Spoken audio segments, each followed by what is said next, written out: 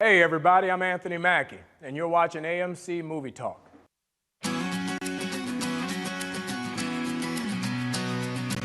Hey everyone, and welcome to AMC Movie Talk for movie fans. I'm Chris Lee Kennedy, and this is the show where we bring you the day's biggest movie news, and of course we give you insight into what it all means. Joining me, as always, is AMC Movie News Senior Editor, Mr. John Campea. Greetings and salutations, everybody. Welcome to the show, coming to you live from the Stream.TV studios here in Hollywood, California. And oh my gosh, somebody left this so haphazardly on the desk. Oh, what's this? This just happens to me. Some of you may not remember, back in January, AMC Movie Talk, we were lucky enough to receive the Academy of Web Television Award for Best Online News Series, and the trophy just showed up. They shipped it to us. Only took 2 months, but it did get here, so I'll just leave this sitting here for the rest of the show. And welcome back to Chris Lee. Chris Lee is back in the studio. We're so happy to have you back, Chris Lee. Thank you. And we also have joining us our AMC Movie News entertainment correspondent, Erin Darling. Hello, everyone. Thanks for tuning in. Can I touch the award? You can touch the award. Oh my God, it just feels so magical, guys. It is so magical. All right, one of the mysteries of this year's Oscars was the absence of SpiderMan star Andrew Garfield, who was announced as one of the presenters this year, but ended up not appearing on the show.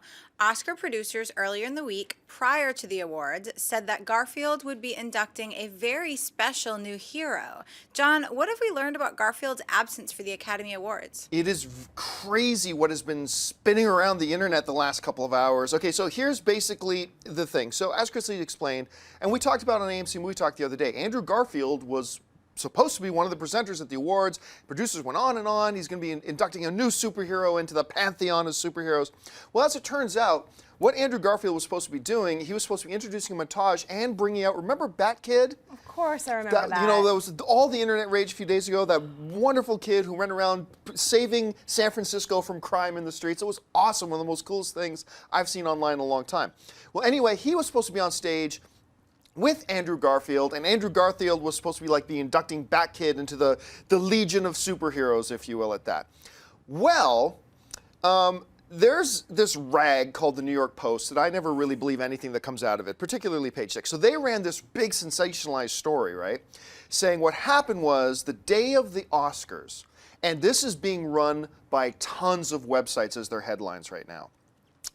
New York Post, page 6, is reporting that Andrew Garfield threw a huff because he didn't like the lines the Academy was giving him on the day, on Sunday morning, the day of the Academy Awards, and said he stormed out and refused to do it. And then the producers of the Academy Awards, since Bat Kid had flown all the way down to be a part of the Oscars, had his tux and everything, they had to cut his part of the show out, and to make up for it, they paid for him and his family to go to Disneyland. But that Garfield was irate and stormed out of the Oscars and stuff like that. Okay, so that's what everybody's running with. However, E! actually came up with the actual story and the real truth behind it. And the real truth behind it, because they talked to an actual rep of the Academy who said that it was actually the Academy's decision to cut the piece. They said, you know, there were just technical issues, it wasn't coming together, and they decided at the last second on Sunday morning to just drop the piece. I had a very wise man once tell me this saying, which I kind of live my life by when it comes to leadership stuff. When in doubt, don't. It's a very simple philosophy, but it's a pretty good one, especially when you're broadcasting to 4 billion people who are going to be watching around the world. So for whatever reason, the Academy decided to drop the piece, and the Academy said Andrew Garfield left and went to Disneyland with Bat Kid and his family. So this whole sensation, once again, you know what, folks? As it turns out, it's not just the internet that is completely, flagrantly irresponsible with disseminating information. Apparently rags like the New York Post and stuff like that are into doing it too, and then everybody just picks up the headline and runs with it without ever bothering to looking into seeing if it's actually true. So if you have friends today who are telling you, did you hear that Garfield spit in the face of Bat Kid and walked out of the Oscars? Set them straight, saying, actually, that's not the real story. Anyway, Erin, your reaction when you first heard about this going around? Well, someone sent it to both of us on Twitter this morning. Thank you, by the way, for sending that our way. I read the story and I was immediately so disheartened. I thought it was so sad and terrible. But I know coming from Page Six, you don't always know if there's a lot of verification going on there or what's true and what's not. So I looked into a little bit more, and I found a lot of stories on the internet, not only circulating the Page Six story, but I also heard stories from Radar Online and the Daily Mail that were reporting that Emma Stone and Andrew Garfield decided 2 days before the Oscars to not go because of Emma Stone's family issues or commitments that she had that were long-standing, that were personal. She had to go back to Arizona, and I guess he went with her. So there was that story going around too, and then and that was disproved because Andrew Garfield was there the day before doing the rehearsals at the Oscars with Bat Kids. So those reports go out the window too. It's crazy how this stuff works. There's so many rumors going around on the internet, but I'm glad to hear that it didn't have to do with him and that Bat Kid still got his special experience with Spider-Man, which is I think what we all really wanted to hear. You know, this kid who's working with Make-A-Wish Foundation have his dream come true to one extent. So I think it's a good happy ending there instead of this terrible story being true. How horrible. I feel bad for Andrew Garfield. Yeah, and once again, it just raises the whole thing that what I really hope that movie fans, especially online movie fans, what we get in the practice of doing is moving from just believing, oh, we heard this story, to, hey, this is an interesting story, let's look into this. And is this really true, and where does it come from? Because so much bull gets circulated. It's just absolutely incredible. Anyway, sorry, what's next? Well, if that story didn't get your blood boiling, this one is definitely going to. As most of you know, 12 Years a Slave was named Best Picture at the Oscars this past weekend. However, according to a report from the LA Times, at least 2 Academy voters voted for the film without having ever seen it. Didn't watch a second of it. The story claims that they feared watching the movie would be too upsetting, but confessed they felt obligated to vote for the movie because of its social relevance. Erin, what is your reaction to hearing this? I'm obviously very disappointed in this story too. First of all, why would you do that? Why would you vote for a movie that you hadn't seen because you felt it was socially important to do so? I think that's ridiculous. And then also, if you're going to do that, why would you admit to it? Why would you tell a reporter from the LA Times that you did that and that you were technically being dishonest and voting for something you had not seen yet? That's completely irresponsible for members of the Academy. And it's not fair to other films in contention. It's also not fair to 12 Years a Slave or to Steve McQueen, who did not create this movie to be a palatable version of slavery. Absolutely not. He created this to be a true, realer version of slavery. It's even based on a true story. And I just think it's so unfortunate that people aren't taking this seriously and that they're so willing to cast a vote without being responsible about that film or other films that are in contention. It's completely not fair. Yeah, this is outrageous. This is outrageous. For people like me, who I am a massive film fan, and I love the Oscars, and I cherish what the Oscars are and what they represent, and what I would do, and who I would kill to be a voting member of the Academy, and then to find out that there are a couple of members of the Academy who have this great privilege of being voting members of the Academy, and they don't even watch a film that is, number one, it's outrageous that they wouldn't watch all the films up for contention, and then that you would vote for a film that was not up for contention. Yeah, I'd like to smack these asshats in the face. I really, really would. This to me just gets my blood boiling. This is outrageous. Now, let's keep this in perspective, though, because I know a couple of websites, very good websites, by the way, that are running stories about how this is just yet another sign about the flawed system of the Oscars and blah, blah. Let's keep this in perspective. Those 2 voters that voted for 12 Years a Slave without having watched it, out of the 6,000 plus voting members of the Academy, those 2 voters represent 0.03% of the vote. Perspective. They represent 0.03% of the vote. So now, considering that one CNN article that suggested 28% of Americans vote in the presidential elections without actually knowing anything about the issues, then the Oscar system doesn't look all that bad. So I don't think this is indicative of a systemic problem with the Oscars and what they represent. It's 2 asshats that represent 0.03% of the vote. So let's keep that in perspective. However, I still want to smack these guys in the face. This is outrageous, ridiculous. It's a violation of the public trust. This is not an important thing like feeding world-hungry children. Obviously, it's not. But it's an important thing to film fans. This is a cherished thing, and you have a trust entitled to you. Watch the damn films or vote for one of the ones that you did see. I want the Academy to hunt down and find out who these 2 jerkwads are and kick them out. Your big labor is to sit down and watch a freaking movie. I'm not asking you to dig a ditch. I'm not asking you to help me move my piano into my new apartment. Watch a movie. If you can't do that, then you have no business being in the Academy. Sorry, I'm going to calm down. Okay, folks, let's move on to cheerier and more happy topics. We're going to move on now to the part of the show called Buy and Sell. Here's how this works. In front of her, Chris Lee has a few other items in the world of movie news. She's going to run them down. Then Aaron and I are simply going to say whether we buy it or sell it. So Aaron, or Chris Lee, what do we have? You've been gone too long. Yeah, it happens. Safe House director Daniel Espinosa is reportedly in talks to direct the upcoming Leonardo DiCaprio project, Blood on Snow. Blood on Snow follows a hitman who is tasked with offing his boss's wife, only to find that he's fallen in love with her. Espinosa is currently filming Child 44 with Tom Hardy, Noomi Rapace, and Gary Oldman. John Buy or Sell Espinosa directing Blood on Snow.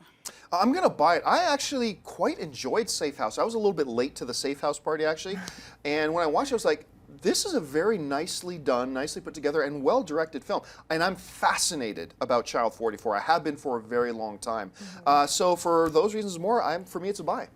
Yeah, for me, I'm actually going to buy it too. I think it's a really great role for Leo. It's something a little bit different than what we've seen him do recently. And Daniel Espinosa is an interesting director. He's kind of new, relatively a neophyte to what he's been doing. And I think that the projects that he chooses tend to be very interesting. So I think it'll be a really fun movie and interesting to see. All right, what's next? Focus Features announced today that Kill the Messenger, starring Jeremy Renner, will be released on October 10th, 2014 in limited theaters and then expanding wide the following 2 weeks. The dramatic thriller is based on the remarkable true story of Pulitzer Prize-winning journalist Gary Webb. Webb stumbles onto a story which leads to allegations that the CIA was aware of major dealers who were smuggling cocaine into the U.S. and using the profits to arm rebels fighting in Nicaragua. Webb keeps digging to uncover a conspiracy with explosive implications and draws the kind of attention that threatens not just career, but his family and his life. Aaron, buy or sell the sounds of Kill the Messenger. What a story and what a role. And also Jeremy Renner's first try as a producer. So I'm going to buy this. I think it sounds amazing. This story is so fascinating, and it also is sad. It has kind of a sad ending, which I won't spoil to anyone, but this real-life character had a really troubled existence dealing with all of the things and the implications that came with being involved in the scandal and uncovering information. So I can't wait to see this. It sounds so compelling. I'm so excited to see it. Yeah, for me, this is a big buy, too. It's a relevant topic. It's interesting. I'm riveted just by the synopsis, and it's Jeremy Renner. And, you know, it's nice to see Jeremy Renner outside. Look, I was very happy seeing Jeremy Renner getting into action roles, but I'm also now very happy to see him stepping out of some action roles and getting more into the pure dramatic acting, which he is so good at. Oh, yeah. And I think a lot of film fans are in danger of forgetting how good he is at that sort of stuff. Yeah, so for me, it's a buy, too. Breaking Bad actor Bryan Cranston was by far the leading fan choice to play Lex Luthor in the upcoming Man of Steel sequel and was rumored to be talking with the studio about the role. However, in a recent interview, Cranston reveals that he and the studio never talked about the film, but that he would have liked to have played the character. John, buy or sell the fact that the studio never spoke to Bryan Cranston about the Lex Luthor role? Oddly enough, I'm going to buy it, and I'm totally fine with it, and here's why. Now, would Bryan Cranston have been a great Lex Luthor? You'd think the obvious answer is yes, but really the answer is it depends on what kind of Lex Luthor you're going for. And if they've always had in mind, which according to Zack Snyder is the case, if they've always had in mind a younger Lex Luthor, and that's what they wanted, then you don't change the character just so you can squeeze in a particular actor you want to have. If they're in mind for their story and their narrative is a younger Lex Luthor, then I completely buy that they never. It would be ridiculous to talk to Bryan Cranston if you want a 28, 30-year-old Lex Luthor, 33-year-old Lex Luthor. You can't go with Bryan Cranston. So I totally buy that they didn't talk to him about it, and I also totally buy the fact that he was interested in doing it. I mean, because if they had done a Lex Luthor that was a 40, 50, 60-year-old Lex Luthor, then you would have been out of your mind not to go for a guy like Bryan Cranston. But all things being as they are, I think it's perfectly fine. Aaron? I'm just going to give this one a fat face palm. I completely understand your reasoning, and it makes so much sense. Hashtag fat face palm. There you go. Hashtag epic face palm.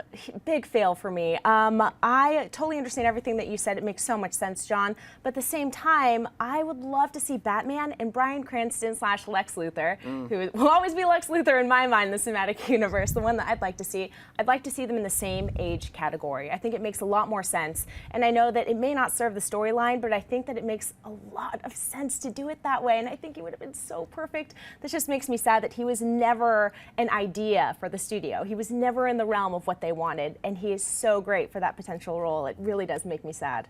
But not a 33-year-old Lex Luthor. He's not great for that. But he would be great as a Lex Luthor. I mean, I think we all agree with that. All right, folks, listen, before we get into mailbag, I want to let you know, if you're watching us live, and we do this show live every day, Monday through Friday at 11 a.m. Pacific Standard Time, you can tweet in questions, because at the end of the show, we always leave a little bit of time to take some of your live questions from the Twitter stream, if you will. You can tweet to us at AMC Movie News, and at the end of the show, Chris Lee will pick out a few questions to ask. Now, first we got mailbag, and even before we get to mailbag, I want to remind you, the new 300 film is opening up in AMC theaters everywhere this weekend. It's a lot of fun, and recently we sent our very own Amy Rose Eisenbach down to talk to some of the cast of the film, and we want to share with you now a little bit of her conversation with one of the stars of 300, Lena Headey. Take a look. Oh, apparently it's not set up. So screw that. Who wanted that? So we're just going to go right into mailbag, apparently. Listen, if you've got a topic or a question you would like to ask us, you can email us anytime at amcmovietalk@gmail.com. So we've got a couple of questions pulled out of the mailbag that are not Lena Headey talking about 300 at all. So, Chris Lee, what do we have in the mailbag? You gotta love live shows, John. Love live streaming. Love 'em. Liza writes, "Hi, sons and daughters of AMC. I've been wondering, 3 years ago they announced that they were doing Final Destination 6 and 7 back to back. Since that time, we've never heard anything about it. Do you guys know if they're filming or in production? Thanks, guys." It was never announced that they were doing it. I think some people might have talked that there was some interest in doing it. And I know a couple of years ago there was this concept trailer that started circulating around for Final Destination 6. But when you looked into that concept trailer was a fan cut trailer who had happened to have a conversation with a producer from the franchise who kind of mentioned what an idea they had for the next one was, and they just took upon themselves to make this fan-made concept trailer, which is really just a cutting from a lot of different other movies put together. As far as I know, though, there are no plans to do a Final Destination 6. I looked back into it a little bit more because I thought maybe I'm wrong, but I haven't found anything that suggests they're moving ahead with it. So this franchise may now actually be done, but I wouldn't be surprised at all in the next couple of years if they decide to revisit it again. But you know what? Part 5, I got to say, I'm not a big fan of the Final Destination franchise. I was very entertained by the 5th one. I actually thought it was really fun, and I enjoyed it. But it also kind of brought it all back around full circle, and it seemed to tie it off kind of nicely. Could they do another one? Absolutely, but as far as I know, no plans. Aaron? Yeah, I mean, to verify that statement, I think that a producer, or Tony Todd, I believe, said in an interview with Dread Central that if they were to do multiple films, they would be back-to-back, and they would happen sometime. And this was an interview that I think was posted in 2011. So it's been a while since there's been any new news, and that's the latest I've heard from it. All right, what's next? Jerome Castro writes, "In the Godzilla trailer, they have established that it has no connection to the nuclear radiation origin. What do you think will be the origin of Godzilla? Will they go for the Cloverfield origin, where Godzilla is an alien dropped from space, or the Reign of Fire origin, where Godzilla predates the dinosaurs and killed the dinosaurs?" So I like both of your theories, to be honest. That whole predating the dinosaurs and killed off the dinosaurs thing, because he could do it. He could very easily do it. Let's be very clear here, though. The trailer does not discount the possibility that Godzilla is a byproduct of nuclear testing. All the trailer said was that some of those nuclear tests that they were talking about were an attempt to kill Godzilla. So we know those nuclear tests were not really nuclear tests. Those nuclear tests were not the origin of Godzilla. But there was nothing in the trailer to say that that couldn't have happened before. So Godzilla could very well still be a byproduct of nuclear testing in the globe and, you know, radiation, whatever. So let's be very clear about that. But I think you were right. I think there are possibilities here that Godzilla predates the dinosaurs? Because I believe, correct me if I'm wrong, I think in the trailer there's a line about something, we awoken him, or we woke him, or something like that. Now, maybe that just means they woke him up in the present day from his, tirades in the 1950s and 60s. I don't know what that means. But I believe it is possible they could depart. It's just that the trailer didn't definitively say they're departing from his traditional origins. Aaron, what do you think? I hope that he is a test tube baby. I hope that Godzilla is the spawn of some weird chemical freak accident in a lab that's just been sleeping and growing underseas for years and years and years and years. But I'm not sure there's a lot of interesting ideas where Godzilla could come from, and both of the origins suggested I think are great and would be a lot of fun to see. And I do like that nuclear theory, though, that somehow that has something to do with it, because that's such a relevant issue right now and something that everyone's talking about, and things that we don't know about the effects that will have on us in the future. So I think it'd be interesting to see that in film form in terms of a big-ass monster coming from the sea. I'm going to throw out a theory. Here's an idea. Follow me here. Godzilla and Jurassic World. I love that idea. They cannot figure out, look, these dinosaurs keep showing up on these random islands. We thought we got rid of them. Let's get Godzilla. And Godzilla wipes them out. I think that's the way they're going to go. All right, folks, listen, we've run out of topics, but like we said, we like to leave a little bit of time at the end of the show to take your questions. If you've got a live question you'd like to ask, hop on Twitter and tweet to us at AMC Movie News. Now, some people are saying, why don't you take questions from the chat board? Because it's impossible to follow, and we like to leave the chat board for chatting and not have it all spammed up with people copying and pasting their questions in 500 times. It just becomes impossible to follow. So tweet to us at Twitter, at AMC Movie News. Chris Lee is monitoring the Twitter stream right now. She is the gatekeeper. So Chris Lee, what do we have? Alex Braid writes, hey, AMC Movie News, and welcome back, Chris Lee. Longtime watcher, first time writing. Love your show. Awesome. This is a group question. What is your favorite decade for film? And I'm going to go first. 80s. Totally 80s. Now you guys can go. So many good films in the 80s. I'm going to say 2000, 2010. Actually, yeah, I'm actually going with a more modern era. I normally my gut reaction is also to say 80s, but when I really sat down and thought, because somebody kind of posed this question to me a few months ago, and I really thought about it, and I looked at the film list, and I'm like, 2000, 2010 was a glorious era. It was really, really great. Not discounting all the other great eras there were, but for me, I'm gonna go with a more modern one in 2000, 2010. Aaron, what about you? For me, I'm really split. I love this question, but I am a huge 90s fan. 90s action movies, they don't get any better than that. It was kind of like the apex of all of that coming together, the sci-fi and the action. Definitely one of my favorite eras, but I'm also a big fan of classic Hollywood films. So I love the Hollywood Golden Age, which spans for more than about a decade, but I would pick probably the 30s or the 40s, that era as well. I'm a sucker for old movies. All right, what's next? Jonathan Riviera writes, what are your guys' thoughts on Frankenstein starring Daniel Radcliffe as Igor? Chris Lee, you look so confused reading that. And I think Because I was like, wait, what? What? You know what?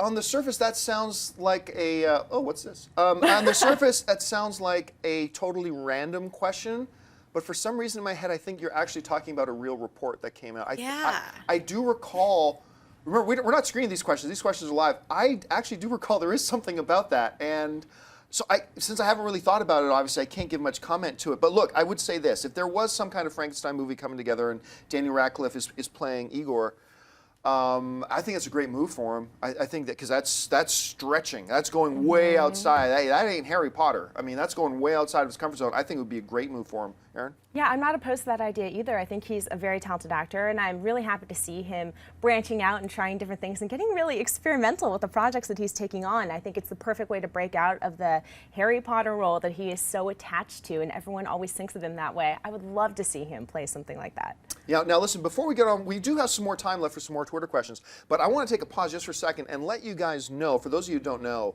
that new film, Need for Speed, with Aaron Paul, speaking of Bryan Cranston and Breaking Bad, the new Aaron Paul film, Need for Speed, is opening up here pretty soon. And Tonight we're doing a first for us. Aaron and I are actually going to be on the red carpet at the world premiere of Need for Speed tonight, streaming live here on our YouTube channel, starting at 6:30 Pacific Standard Time. That's 9:30 Eastern Standard Time. We're going to be talking to Aaron Paul and Imogen Poots and Scott Mescudi, also known as Kid Cudi, and it's going to be a lot of fun, and we hope that you guys will come and join us tonight. And if you've got questions for Aaron Paul or any of the cast of Need for Speed, you can tweet using the hashtag NFSAMC. So that's Need for Speed NFSAMC. And we're going to take some of your questions from Twitter to ask the cast tonight. So please make sure to join us tonight at 6:30 Pacific Standard, 9:30 Eastern Standard Time. So with that being said, we still have a few minutes left. So Chris Lee, what are the questions we got? I saw a couple of people talking about this in the chat board before the show, so I just wanted to ask this question as well. Bazinga Guy wants to know if you guys saw the new Annie trailer with Jamie Foxx, Cameron Diaz, and the girl from Beasts of Southern Wild. And what did you I know think? Aaron was actually tweeting about this morning. I saw this trailer and I absolutely loved it.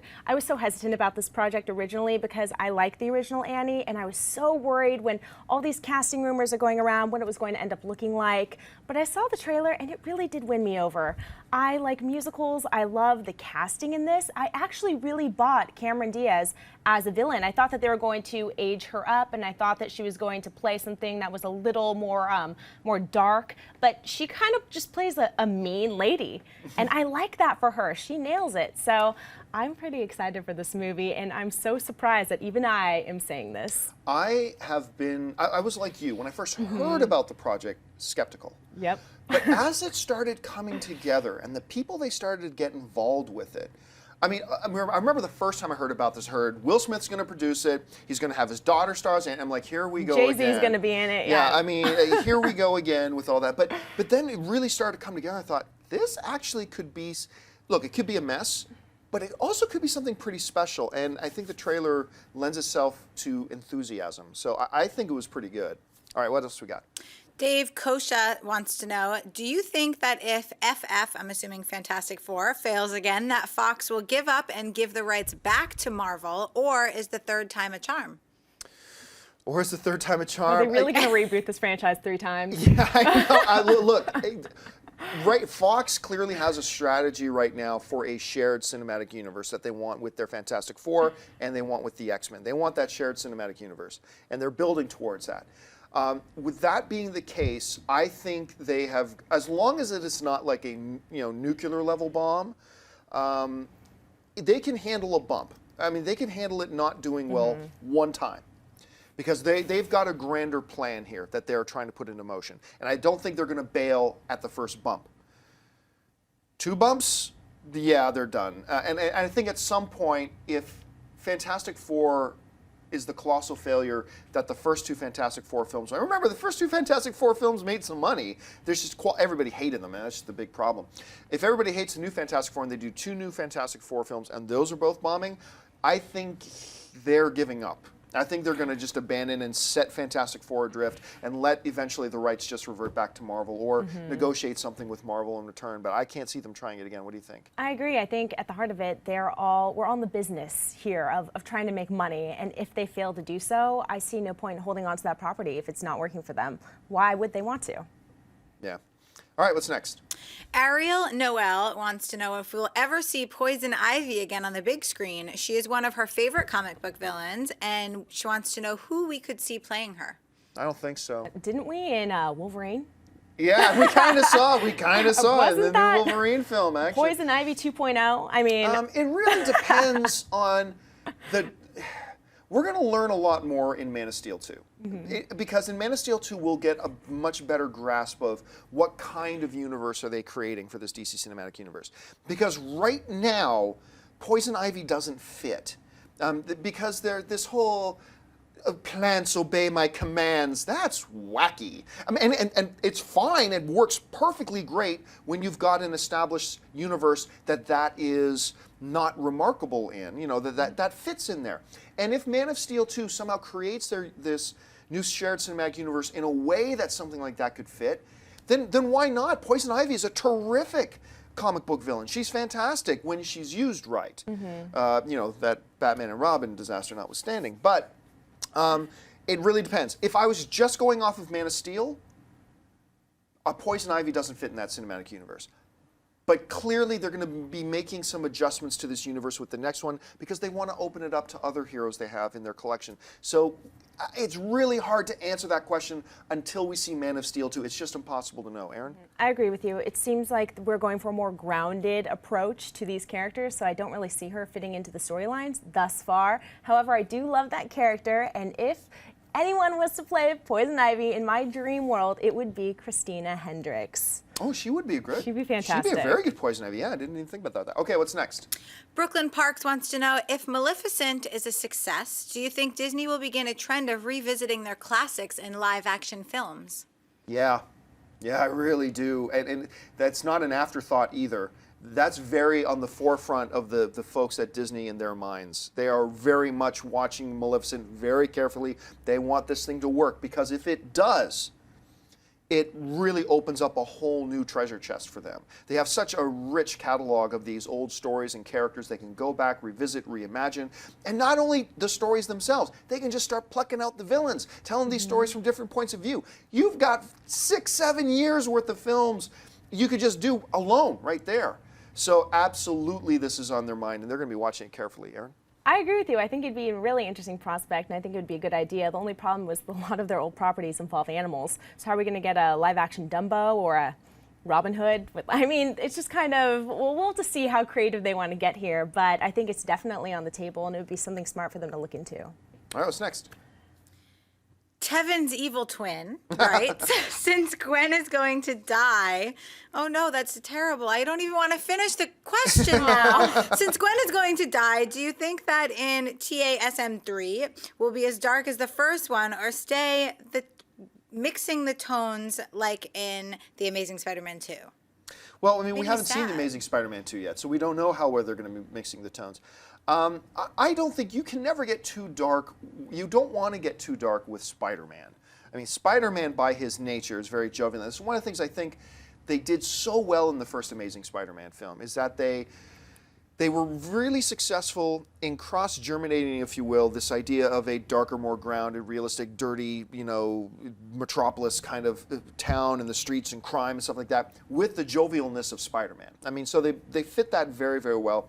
I think we're going to see that carry over with some more seriousness in The Amazing Spider-Man 2, but that's just predicting. I haven't seen the film yet. And with Spider-Man 3, once again, it's an impossible thing to even guess at when we haven't seen Spider-Man 2.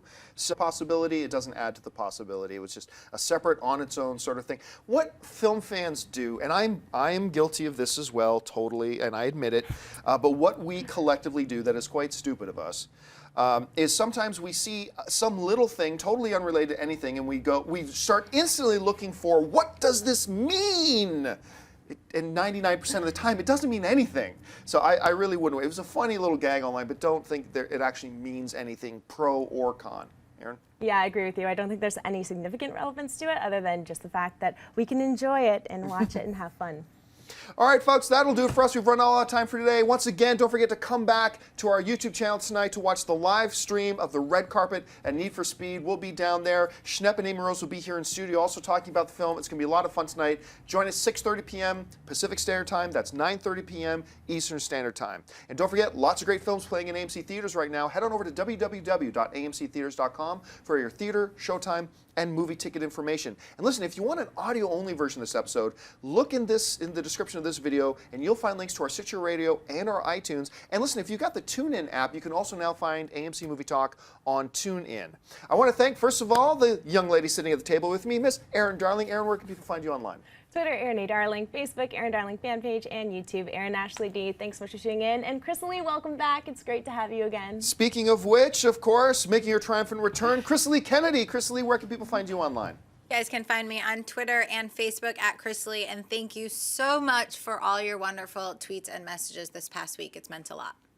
And you can just find me on the various social media networks, just at John Campea. Thank you so much for joining us, guys. Make sure you join us again tonight. So until next time, my name is John Campea for AMC Movie News, and until then, bye-bye.